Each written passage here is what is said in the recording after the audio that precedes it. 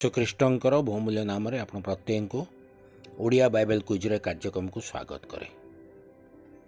ପ୍ରତିଦିନ ଆମେ ପ୍ରଶ୍ନ ଉତ୍ତର ମାଧ୍ୟମରେ ବାକ୍ୟକୁ ଧ୍ୟାନ କରୁଛୁ। ବିଶେଷ କରି ଏ କାର୍ଯ୍ୟକ୍ରମ କରିବାର ଉଦ୍ଦେଶ୍ୟ ହେଉଛି ଆମମାନଙ୍କ ସଣ୍ଡେ ସ୍କୁଲ ଛାତ୍ରଛାତ୍ରୀ ଯୁବା ଯୁବତୀମାନେ ଏଥିରେ ଅଧିକରୁ ଅଧିକ ଅଂଶୀ ହୁଅନ୍ତୁ, ଯାହାଦ୍ୱାରା ସେମାନେ ଏହି ପ୍ରଶ୍ନ ଉତ୍ତର ଦ୍ୱାରା ଅନେକ ବିଷୟ ଶିକ୍ଷା ଲାଭ କରିବେ ଏବଂ ପ୍ରଶ୍ନରୁ ଉତ୍ତର ବାହାର କରିବା ସମୟରେ ସେମାନଙ୍କର ବାଇବେଲ ପାଠ କରିବା ନିମନ୍ତେ ମଧ୍ୟ ଇଚ୍ଛା ବୃଦ୍ଧି ପାଇବ।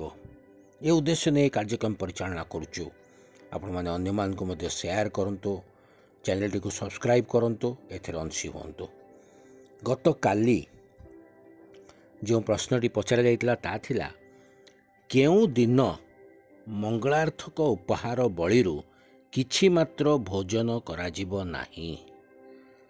ଏହାର ସଠିକ୍ ଉତ୍ତର ହେଉଛି ତୃତୀୟ ଦିନ। ଲେବୀୟ ପୁସ୍ତକ 7 ପର୍ବ 18 ପଦରେ ଆପଣମାନେ ଉତ୍ତରଟି ପାଇପାରିବେ। ଆଜି ନିମନ୍ତେ ପ୍ରଶ୍ନ ହେଉଛି, ତୃତୀୟ ଦିନ ବଳିର ଅବଶିଷ୍ଟ ମାଂସ କ'ଣ କରାଯିବ? ତୃତୀୟ ଦିନ ବଳିର ଅବଶିଷ୍ଟ ମାଂସ କ'ଣ କରାଯିବ? ଆପଣମାନଙ୍କ ଉତ୍ତର ଆମମାନଙ୍କର ଭିଡ଼ିଓର କମେଣ୍ଟ ବକ୍ସରେ ଯାଇ ଆମମାନଙ୍କୁ ଜଣାନ୍ତୁ।